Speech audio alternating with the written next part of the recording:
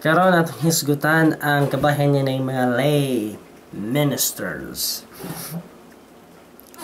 Ang atong tukion karon kung ang lay ministers subay ba sa apostolikanhong tradisyon, subay ba sa simbahang katoliko, subay ba sa tudlo sa mga apostoles o sa mga santos. Kay ang timailhan sa usa ka simbahang katoliko, usa sa mga timailhan ni mao ang usa santos, katoliko ug apostoliko. Mo nang upat ka timailhan, 4 signs, 4 marks of the Catholic Church. Kung waa na din na ang simbahang katoliko ka unsa man ning usa sa mark sign sa simbahan kining apostolikanhon, apostolic.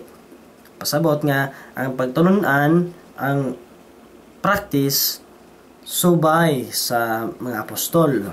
Karon ang lay ministers subay ba sa mga apostoles? Ang problema, before Vatican II, so pa matukod ang relihiyon ni Satanas nga maong Vatican II, wala pa lay ministers. Gusto ng lay ministers, kaya lay ministers kaya itong maila karon sila na kanang magsulab og long sleeve nga white, niya na crucifix, so niya magpakomunyon. Niya karon na bag-o ron na mga babae magpakomunyon. Mo na yung mga lay ministers. Karon na mga madre magpahatag komunyon. Na mga seminarista maghatag komunyon.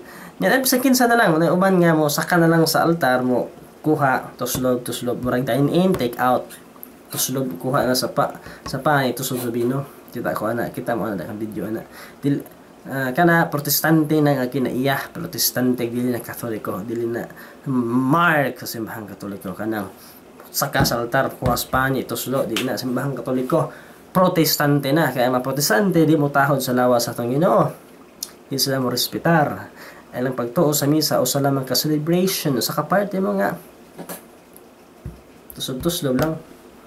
Okay, so akong pamatud-an karon nga ang lay ministers usa ka sayop ug usa ka mini nga pagtulunan og dili subay sa tudlo sa atong Dios, tudlo sa mga Santo Papa, og dili subay sa tudlo sa tradisyon. Kining lay ministers gipasugdan lamang after Vatican II, og usa sa mga ni suporta ni ining lay ministers si John Paul II. Karon atong basahon kining pamahayag ni John Paul II og sa iyang simbahan nga Vatican II diha sa ilang canon law. Og ang pamatud-an nga si John Paul II dili tinuod nga Santo Papa, kay wa siya ni subay sa tradisyon, wa siya ni subay sa nahiunang nga Santo Papa. Kay ang Apostolic Succession nagkasunod-sunod nga Santo Papa ug nagkasunod-sunod nga doktrina nga way pagkautro, way pagkausab. Karon arita ni og anhita sa tudlo gyud sa simbahan kung kinsa man gyud ang angay mo pakalawat, kinsa man gayud ang angay lamang magpakalawat, ang muhawid sa bilang lawas sa atong Ginoo. Si Santa Teresita sa Batang Hesus, usa ka madre ug karon usa ka santa, panggiitan og balaan og santos gayud karon. Sa yung mabasa yung diary, ingon siya nga gusto gyud ko mapare, kay gusto ko makahikap, makahawid sa lawas sa atong Ginoo. Usa to kabalaan nga tawag, usa kabalaan nga pero wa gyud siya makahawid sa lawas sa atong Ginoo. Ngayon, di man siya pare. Ang pare lamang may makahawid sa lawas sa atong Ginoo. Kay kanang ilang gikonsagrahan na para mo hawid sa santos nga lawas ug dugo sa atong Ginoo. So si Santa Teresita tungod sa paghigugma sa Dios, susugod sa mo hawid og makahawid lamang sa pare sa mong gusto sa mapare, pero wag siya mapare kay babae man siya. So humble kay siya, ay ang gisunod nga di mao man gyud ang kabuton sa Dios nga naalay man akong tawag, lain po tong tawag sa mga lalaki. Unay mo siyang santos. Unya na madre nga nakakita na limpyo dito sa altar sa simbahan, nakikita nga naay lawas nga ustiyas, naay usa ka lawas sa atong Ginoo komunyon. Sa gibuhati kuha dai kanila gitawag ang mga madre og ilang gi-adore, gisimba nila ang lawas sa atong Ginoo, gitawag ang pare ug ang pare man ipunit ug ibutang sa tabernakulo. Kay ang bisan kinsang lay ministers o mga taway katungod nga mo hikap sa mohawid sa lawas sa atong Ginoo, except kung naay emergency like sunog or pag-atake, gera, imo gyud ang kwaon. Kaya imo isalba. Ayan na panahon na, pero ordinaryo nga circumstances, no. So, karon, lay ministers is part of the apostolic teaching? No. Karon, arita.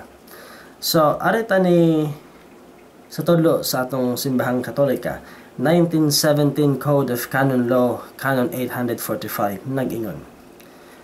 The ordinary minister of the Holy Communion is only the priest. Number 2, the extraordinary minister of the Holy Communion is the deacon, with permission of the local bishop or the parish priest, only to be granted for a serious reason, which may legitimately be presumed in a case of emergency. Pasabot nga atong binasayon, 1917, 1917, Code sa Canon Law, Canon 845, numero 1, ang ordinaryo nga ministro sa Santos nga Komunyon mao lamang ang pari. Numero 2, ang extraordinaryo nga ministro sa Santos nga Komunyon mao ang deacon, ang diakono, inubanan sa pagtugot sa obispo sa diocese o sa kura paroko, parish priest.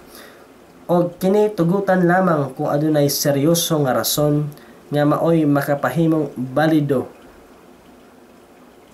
kung adunay emerhensiya, in case of emergency. Pasaylo ako sa akong paghubad sa Binisaya, ilisod ko yung paghubad.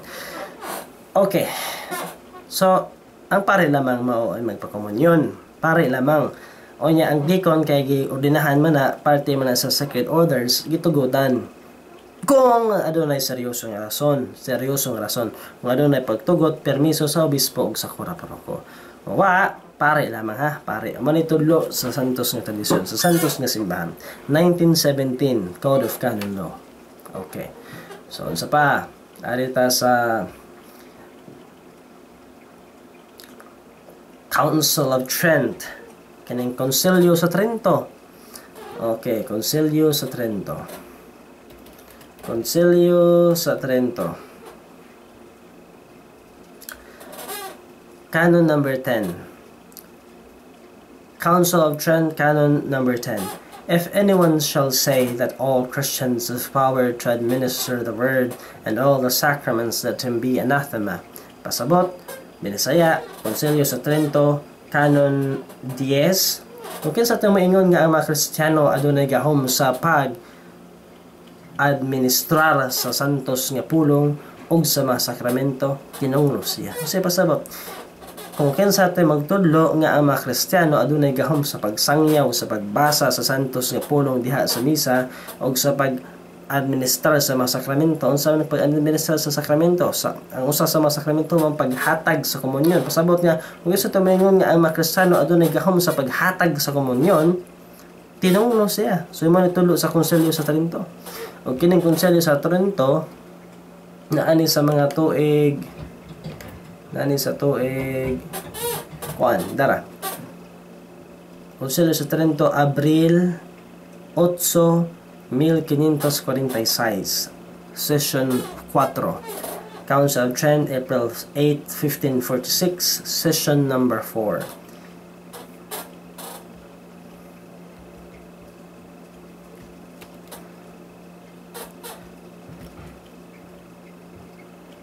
Sayop. Session number 7, Council of Trent, March 3, 1547. Decree concerning the sacraments. Okay. So, akong balikon, nasayop man ko sa paghatag kaninyo o sa saktong pizza.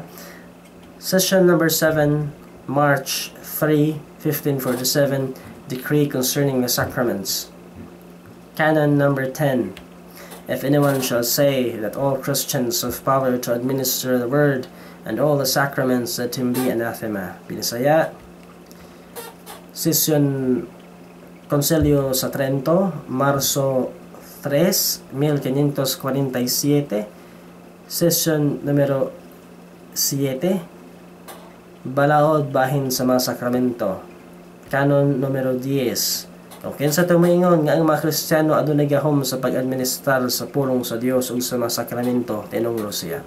So mo na itulo sa simbahan nga ang mga tao, ang ordinary nga tao way gahom sa pagbasa, pag-administrar sa pulong sa Dios diha sa santos nga sakramento sa misa o sa pagpakalawat diha sa santos nga sakramento sa komunyon. Mo na itulo sa simbahan. O arita sa Katekismo sa Konsilyo sa Trento, Catechism of the Council of Trent. Okay, dugay na ni. Catechism of the Council of Trent. Ang basahon. Catechism of the Council of Trent. Only priests have power to consecrate and administer the sacrament or the Eucharist. Akong basahon. It must be taught then that a priest alone has been given the power to consecrate and administer to the faithful the Holy Eucharist. That this has been the unvarying practice of the Church, that the faithful should receive the sacrament from the priests, and that the officiating priests should communicate themselves, has been explained by the Holy Council of Trent, which has also shown that this practice, as having proceeded from apostolic tradition, is to be religiously retained, particularly as Christ the Lord has left us an illustrious example thereof, having consecrated his own most sacred body and given it to the apostles with his own hands. Binisaya. Katekismo sa Konsilyo sa Trento. Naguluhan. Ang pari lamang mao ang adunay gahom sa pagkonsagrar o sa pagpakalawat sa santo sa komunyon. Basa. Kinahanglan itudlo gayod nga ang mga pari lamang mao ang gitagaag gahom sa pagkonsagrar o sa pagpakalawat ngadto sa mga katawhan sa santos nga komunyon. O kini mao ang lig-on o dili maduha-duhaan nga pagtulun-an sa simbahan nga ang mga membro, ang mga laiko, ang mga katoliko mukalawat gayud sa sakramento gikan sa kamot sa mga pari. O kini gi-eksplikar na dito sa balaang Konsilyo sa Trento. O kini gipa ila nga kining pagtulunan, kining practice nagagikan gayod sa apostolic tradisyon. O kini kinahanglan nga ipabilin labi na kay sa Kristo nga atong Ginoo nagbilin kanato og ehemplo nga humaniya konsagrahe ang iyang balaang lawas gihatag niya kini ngadto sa mga apostoles gikan gyud sa iyang mga kamot. So mato pa sa konsilyo, mato pa sa katekismo sa Konsilyo sa Trento, Catechism of the Council of Trent, nga ang pari lamang maoy kitagaagahom sa pagpakalawat, sa pagkonsagrar o sa pagpakalawat sa mga tao. Og kini dili way duha-duha nga mao kini ang pagtulunan sa simbahan nga ang mga tao mukalawat gikan mismo sa kamot sa pari, mukalawat sa santos sa komunyon gikan mismo sa kamot sa mga pari. O kining nga pagtulunan, kining practice subay sa apostolikanhon nga tradisyon. O gani ang atong Ginoong Hesukristo nagbil ng ehemplo ang humaniya konsagrahe ang pangito sa pagkahimong lawas niya iyang gihatag mismo gikan sa iyang kamot, gihatag niya ngadto sa iyang apostoles. At mabasahan sa Biblia, mingon si Kristo, ipikas og nihatag. Siya gud mismo nihatag. Wa mo tuslo ang mga apostoles, wa mo tuslo dito makuha wa. Iyang nihatag. Ug mao kana biling Kristo ug mao kan apostolik yan. Tradisyon. Ang pare lamang mo yung kalawat o mga tao mo kalawat mismo gikan sa pare. Okay. Aron na po ta sa laing sources. Kay atong ipalig-on kining lay minister dili sakop sa apostolic tradition o sa kini kasayop.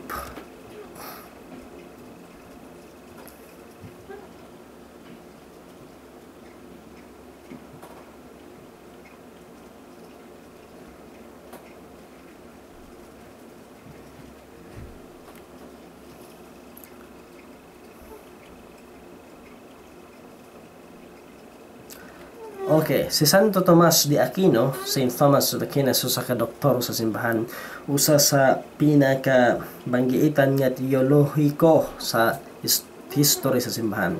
Akong basahon sa English.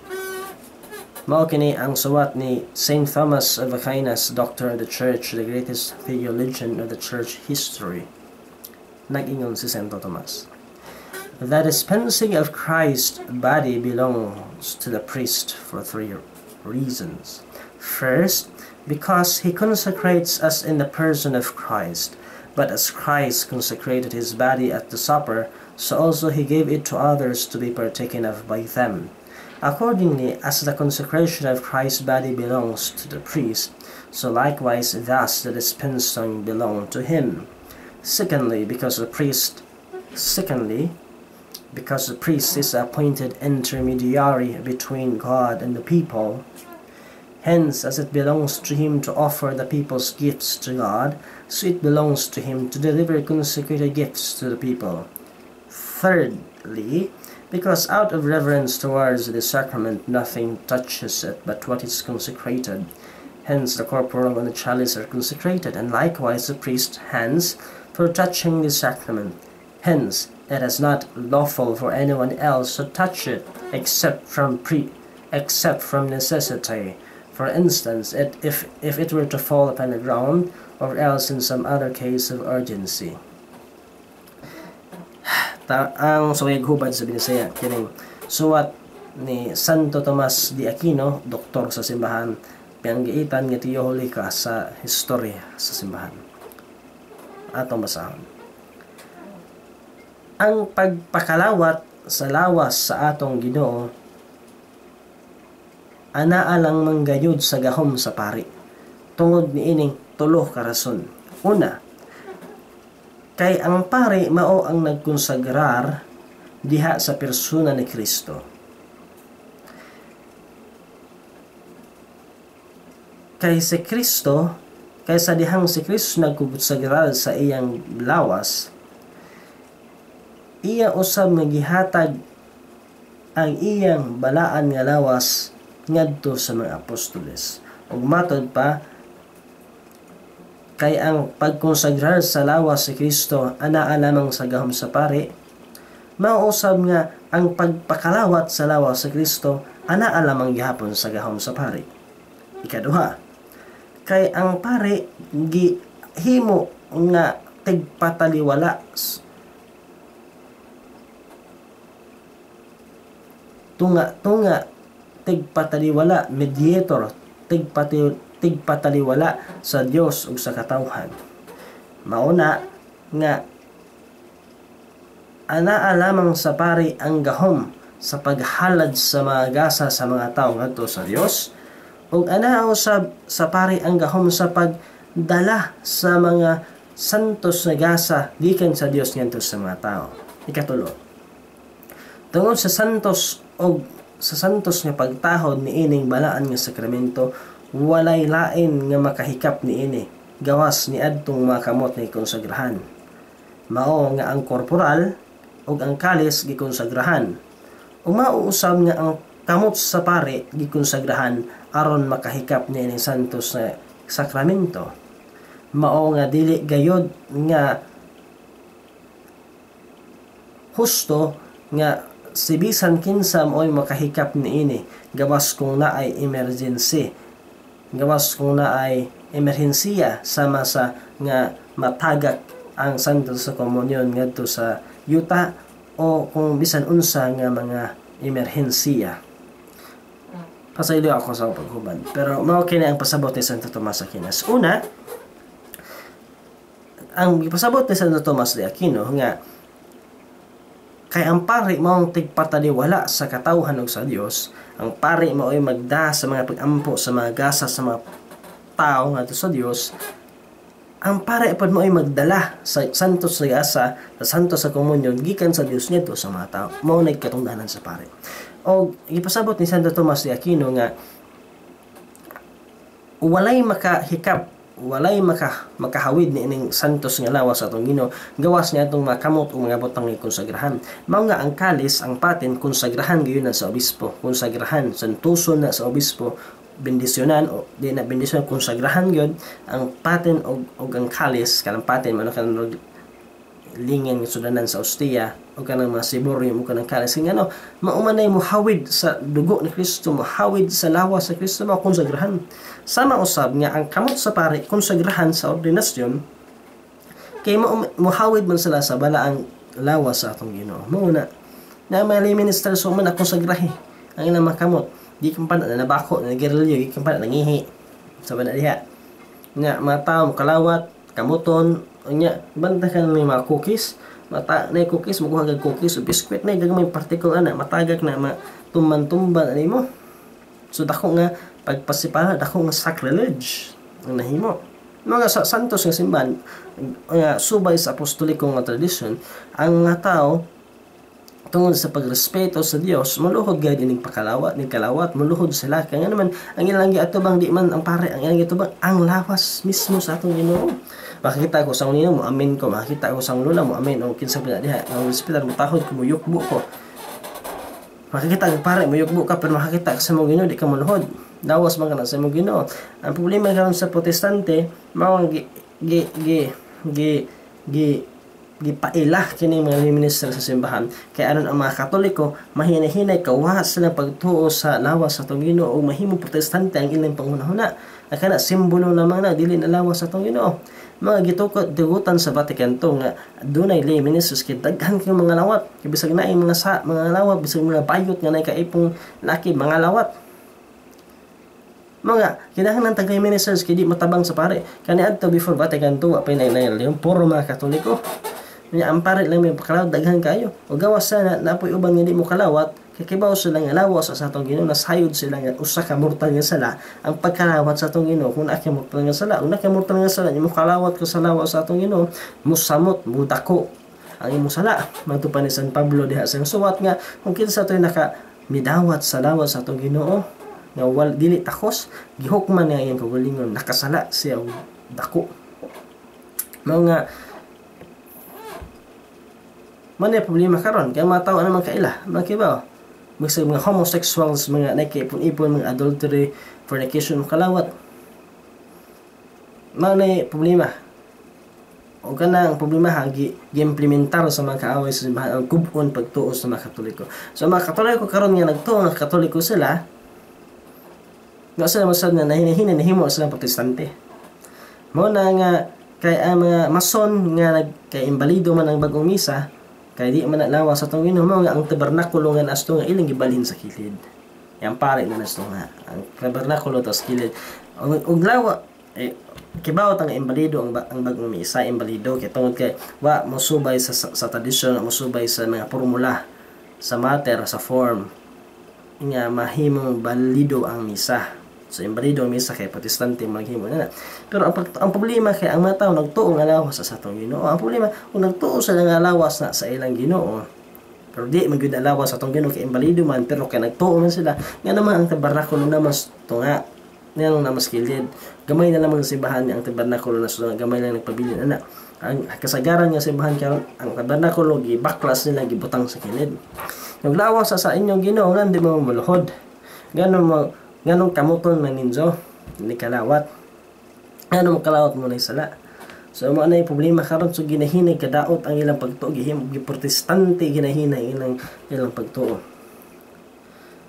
so giingon ko na nga ang usa ka doktrina ang usa ka pagtulunan ang usa ka practice nga usab-usab dili na iya sa Dios iya na sa yawa kay ang Dios di mag-usab-usab sa iyang pagtulunan sa iyang mga sugo karon arita sa Vatican II. Ang Vatican II ni subay ba sa tradisyon? Wala misubay kay klaro kay tradisyon si Santo Tomas de Aquino, Konselyo sa Trento, Katekismo sa Konselyo sa Trento, ni paday gyud nga pare lamang may pakalawat ug ako na nang gi-explicar ninyo pinagi sa pagbasa sa mga suwat sa sugo sa Santo Papa sa mga santos ug sa Konselyo sa Trento. O karon ang Vatican II arita sa Vatican II. So makaingon ta kining Vatican II dili gyud ni Katoliko. Lain na ning relihiyon nga niguwa niadtong 1960s. Karon ato basahon. Di ba ang canon law sa simbahan 1917 tuig 1917. Pag Vatican II naghimo sa bagong canon law kay bag-o naman ning relihiyon. Nga atong gila nga Katoliko pwede na day Katoliko kay ila magigamit ang dagway sa simbahan Katoliko. Karon nata ang 1983 nga ang bagong canon law. 1983 Code of Canon Law. Managingon. Canon 910 Number 2. The extraordinary minister of Holy Communion is an acolyte, or another of Christ's faithful deputed in accordance with Canon 230, number 3. Binisaya. Dokumento sa Vatican II, Code 1983 sa Code sa bagong Code of Canon Law, nag-ingon numero 910, numero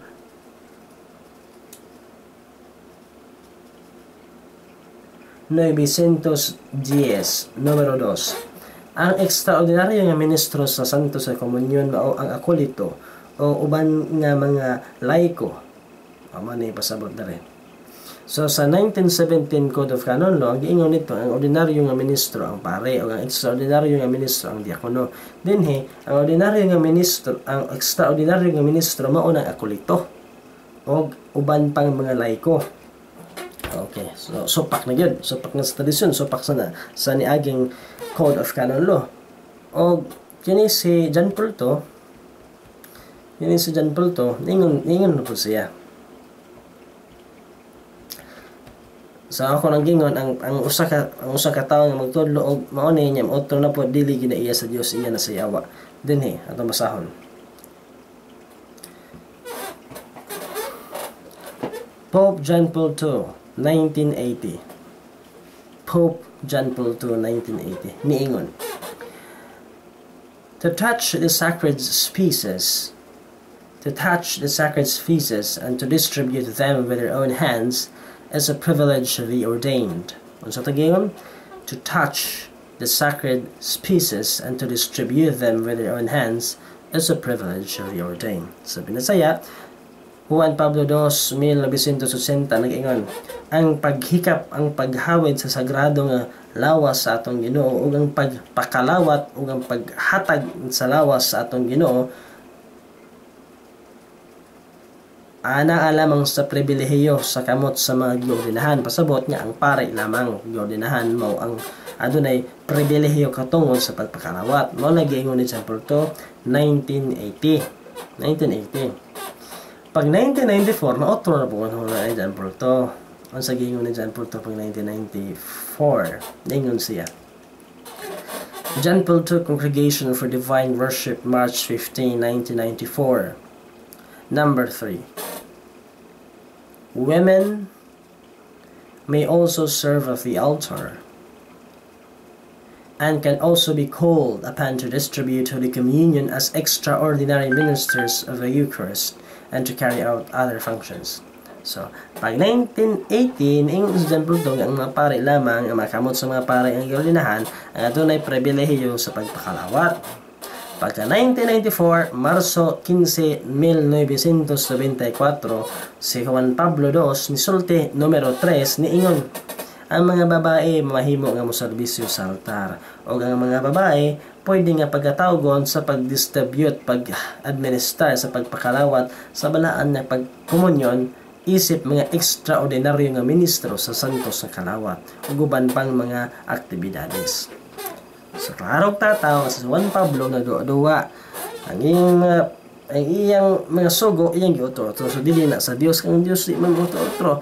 Kaya mag-ingon kaya sa Juan Pablo, Santo Papa, o ang Santo Papa dili isupakon, kaya ang Santo Papa unsay gitulo sa Santo Papa gikan gyud ni Kristo, giniyahan sa Espiritu Santo na makaingon ta nga ang Espiritu Santo libog, Espiritu Dios sa kalibog, ang Dios kini man ang Dios sa kalibog.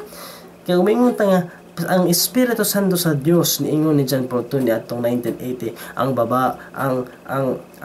pari lamang ang mapakalawat. Unya ang Espiritu Santo sa Dios na otro na usab ang iyang hunahuna ug niingon 14 katuig ang nilabay ang Espiritu Santo na usab ug niingon ang mga babae pwede na magpakalawat. Ang mga babae pwede na magpakalawat. Dili na tinuod. Piki na, mini na. Pabili na sa tradisyon ang tradisyon. Pari lamang may magpakalawat. Mao na tradisyon o nahisubay sa apostolikanhong tradisyon nga ang pare lamang maoy magpakalawat. O unsa pa nang limin ha ayaw magsuko na ho kay di ni akong opinion tudlo ni sa simbahang katolika. Bayae ang imong pagka-minister o di ka mo biya human pagbasa niyong video epal ka o pride ka na. Nga na may uban nga magpakalawat. Body of Christ. Body of Christ. Taoron sila ana.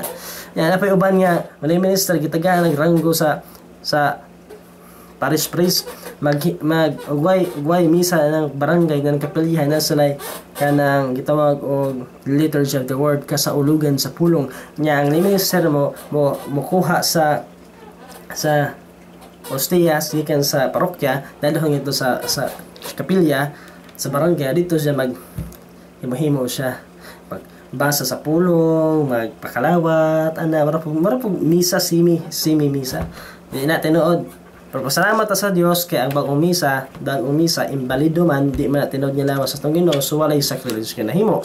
Ang problema naman kay ang mga tao nagtuo nga lawas sa atong Ginoo, pero kay nagtuo man sila, ang problema wa nila lagi pakita ang ilang pagtuo nga lawas sa atong Ginoo. Duwaan lamang nilang ilang pagtuo, gihimong protestante sila. Mao na nga kay imbalido man amo nga ang Ginoo nga ang ilang gituohan kini mga pare sa Vatican to kibaw man ang adi na Ginoo di ba na totoo mga lang gibalhin sa kilid kay di na Ginoo di na mo panudhon ikalawat ano sa takot mauna anya napay uban nga nagkagabi nagkikilawa sa yang check sa nagabi nya ugma magmisa kalawat nga paggabi di adto na-checks kinumdum ko nga na ako'y kinumdum ko na pare nga hili kay mamusag langgam unya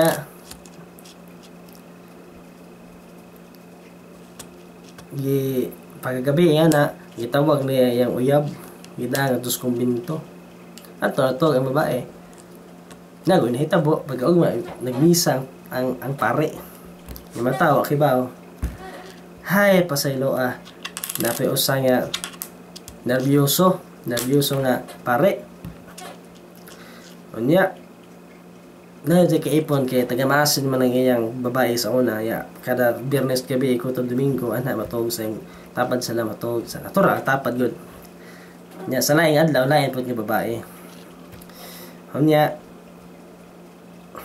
kaugma magmisa kalawat sa mo na problema ang problema magpakasal ba ka ni ining mga pareha nga di gani mo to sa sakramento sa kaminyo na kaipon-ipon bisag kinsang babae to mo pakasal ka na nga di mo to sa sakramento sa kaminyo pagmata